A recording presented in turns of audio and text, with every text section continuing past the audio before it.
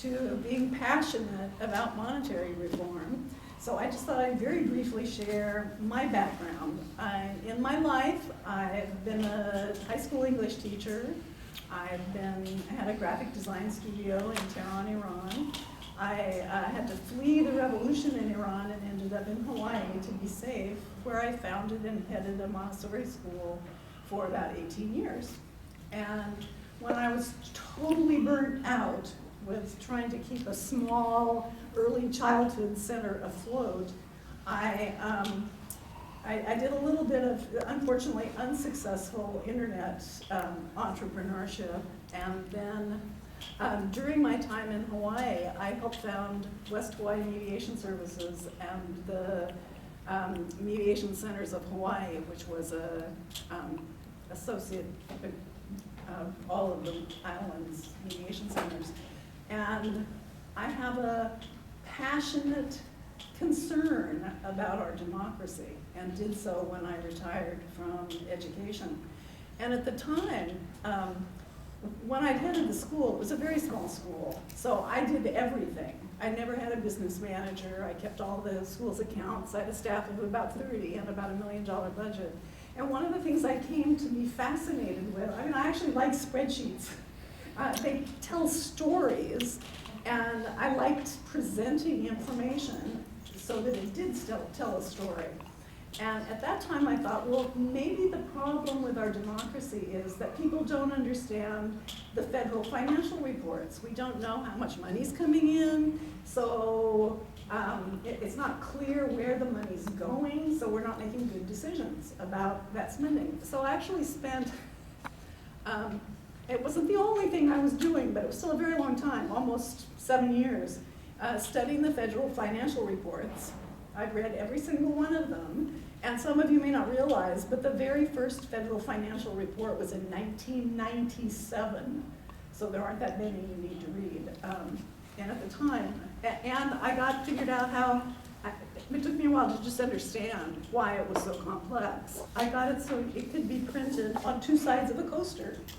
And I thought it would be really fun if when you went into bars in January, all the bars had coasters with the federal financial report on it. Made good conversation starters. And I wrote a book about it, which is still on Amazon. And when it was time to go out and market that, I was clear by that time that wasn't the issue.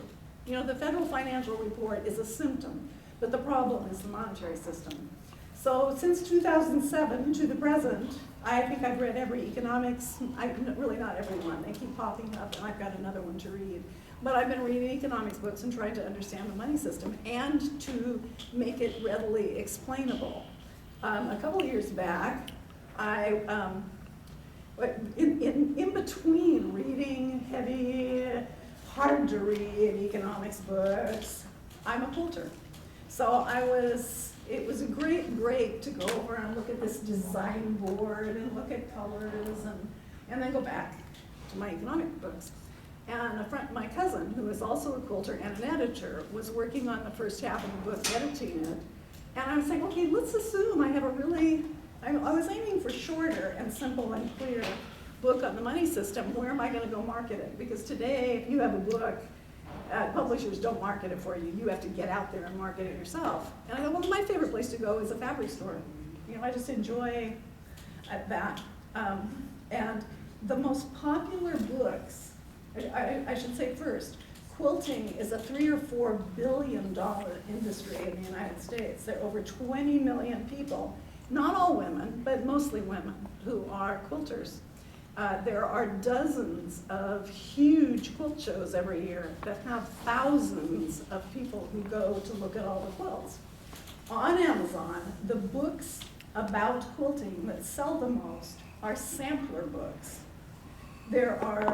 In quilting, there are designs that make a simple block, and they all have names. Some of them have more than one name, but these names, some of them go back 100 years. So I decided, okay, I'm going to break my topic down into 100 sections and pick a block for each section, and then make a sampler quilt with 100 different blocks. And some of the block names, there's a depression block, an economy block, a boys nonsense block, vulture's nest. There are all these fun names. So I've had a lot of fun picking a name to go with a section. And I was a featured artist. I had about 25 quilts made at the Northwest Quilt Expo 2 years back, and the book wasn't done.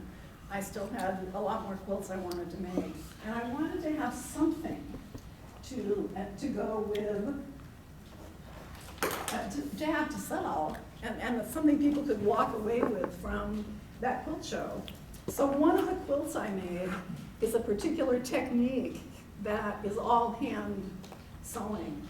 And I fussy cut fabrics, which means that there are stormtroopers, there's money, there are Buddha, there are clothespins, there's a gazillion Angry Birds.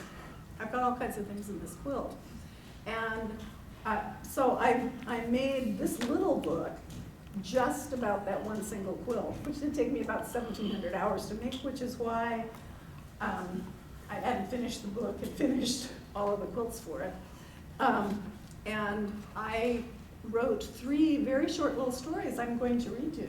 This is Grandma's Story Hour, that I think to some extent have the essence that you need and would get if you read this. So, this is Grandma's Story Hour. Oh, where are my glasses? Where they always are, huh? The Stranger. This first story was not mine. It floated around after the Great Depression, and it took on a life of its own, and I just sort of tweaked it. In a small town in the middle of America, times were tough. Nearly everyone was out of work and in debt. People had very little money and not enough to prosper. One day, a stranger came into town and stopped at the Lone Hotel. He set a $100 bill on the counter and told the innkeeper he'd like to look at the rooms before deciding whether he wanted to stay. But first, if the innkeeper didn't mind, his journey had been long and he'd like a quick nap in the inn's lounge before checking out the rooms. The inn was empty, and the rooms were unlocked, so the innkeeper said, "Oh, please, feel free. The lounge is ahead, the rooms are upstairs, and the stairs are at the back of the building. I have some business I must attend, and will be back shortly." The man went into the lounge and settled in for a nap.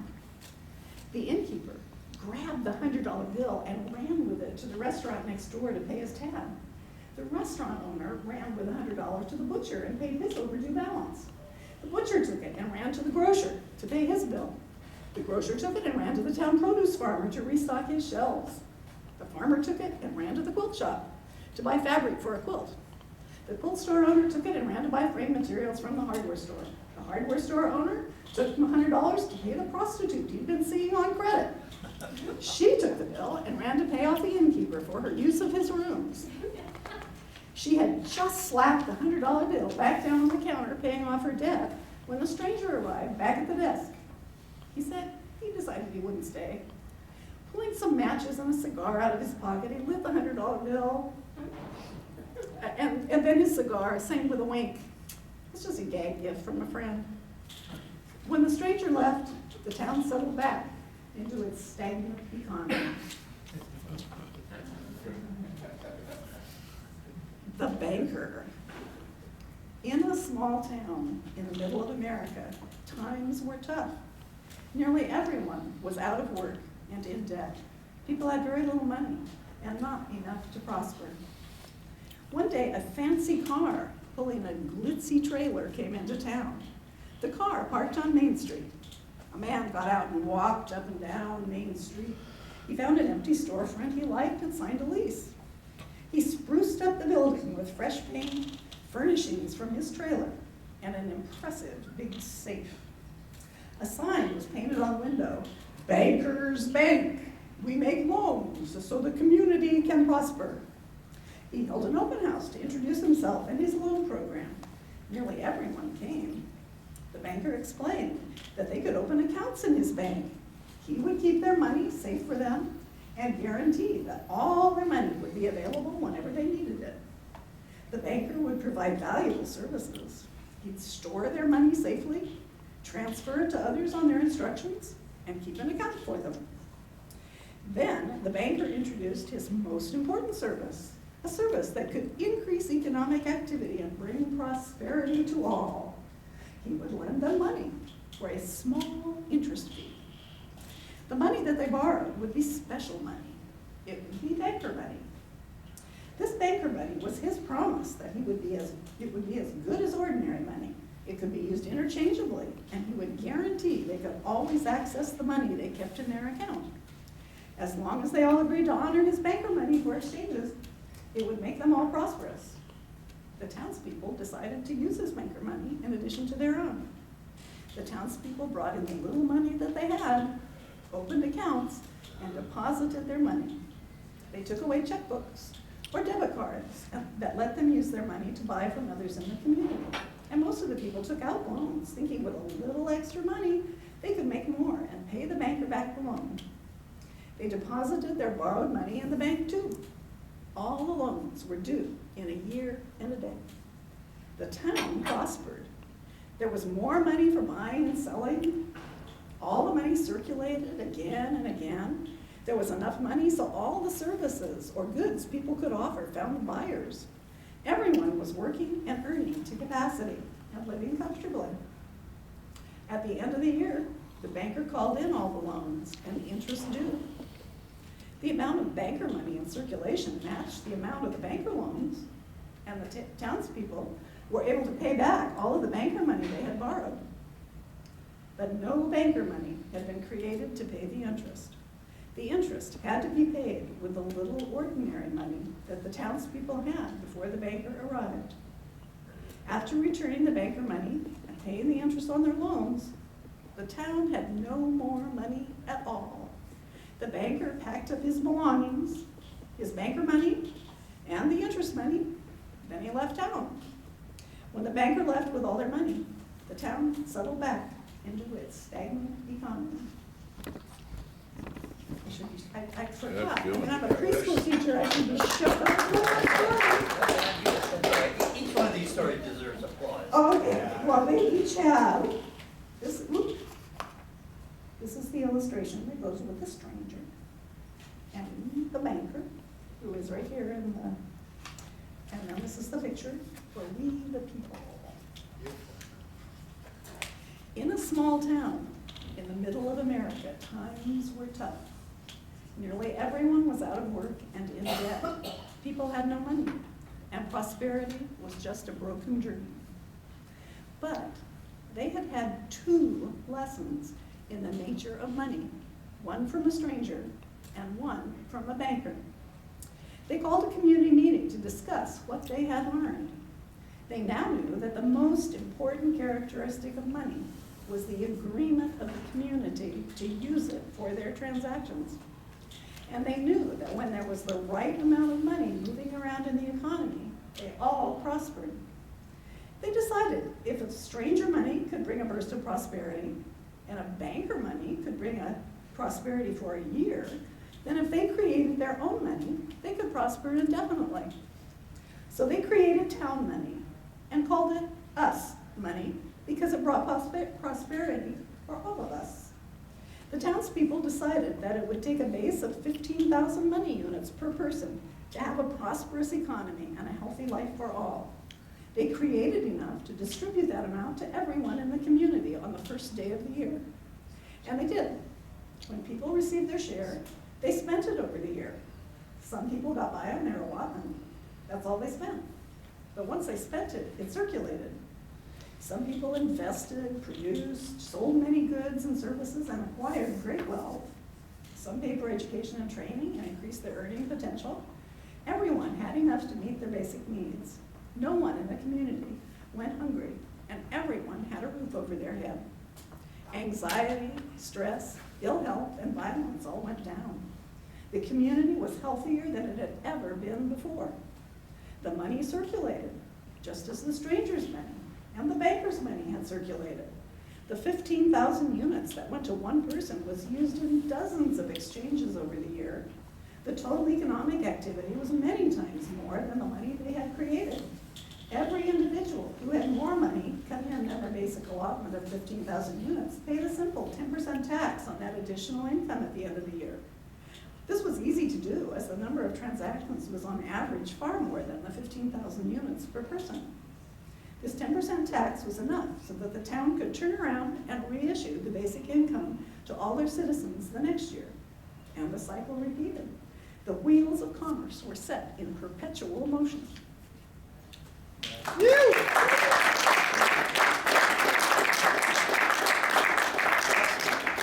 I wanted to give one little plug too. Sure. Well, I finished my, whatever you want to call it, massive tome. I didn't want it to be quite this big, and heavy, but that's the way it turned out. By the time I said everything I wanted to say, and it's been edited for the English, basically. But where can I find a group of people who are knowledgeable enough about the money system to critique the content? I thought, a couple years back, I'm a graduate of Lewis and Clark College, which is right around the corner from me. And I thought, well, I'll go over there and see if someone in the economics department will review it. And I checked with the bookstore and checked with the alumni office, because I thought, well, maybe it'd be interesting too to audit their modern monetary theory class. And the college said, no, we don't do that anymore for alumni, but I could apply as a transfer student and pay $2,500 a credit or something like that. It would be 10 grand to take this 4-hour class. So I didn't have to do that. But I did go to the bookstore and buy the book, and it was Randall Wray's Modern Monetary Theory. And I would love to have gone and been difficult in that class. I'm sorry, I didn't have that opportunity. But what I'm asking of you, I brought 16 copies with me, and if that's not enough, I would mail a copy to somebody. But the content is also up on the website, and I'm hoping that some of you will read it and tell me if I'm wrong about anything about the monetary system. And I would certainly also, I got really thick skin and would welcome any level of criticism. So if areas aren't clear, you want clarity, you want more information, then let me know that too. If you're only up for doing one chapter, I'm fine with that. I mean, there are a lot of people, so if everybody did one chapter, that would work. And actually, just for your information, I do have, from 1996 to 2017 of the Federal's balance sheet, and it's not going down. I mean, that 2 trillion, they've gone up from, their assets were 2,900 billion in 2011, and they're 4,453 in 2016, so they've doubled. Yeah. They haven't. Well, they've started to reduce it. But getting smaller. Like maybe last. Yeah, last year. Yeah, last year. But they were growing at 18% per year the last 6 years. What is your website? usmoney.us. And so you don't pronounce that us money? Yeah, you can pronounce it any way you want. I like that. So, Us money, yeah. All right, thank you, Virginia. Please give another round of applause for Virginia. Yeah,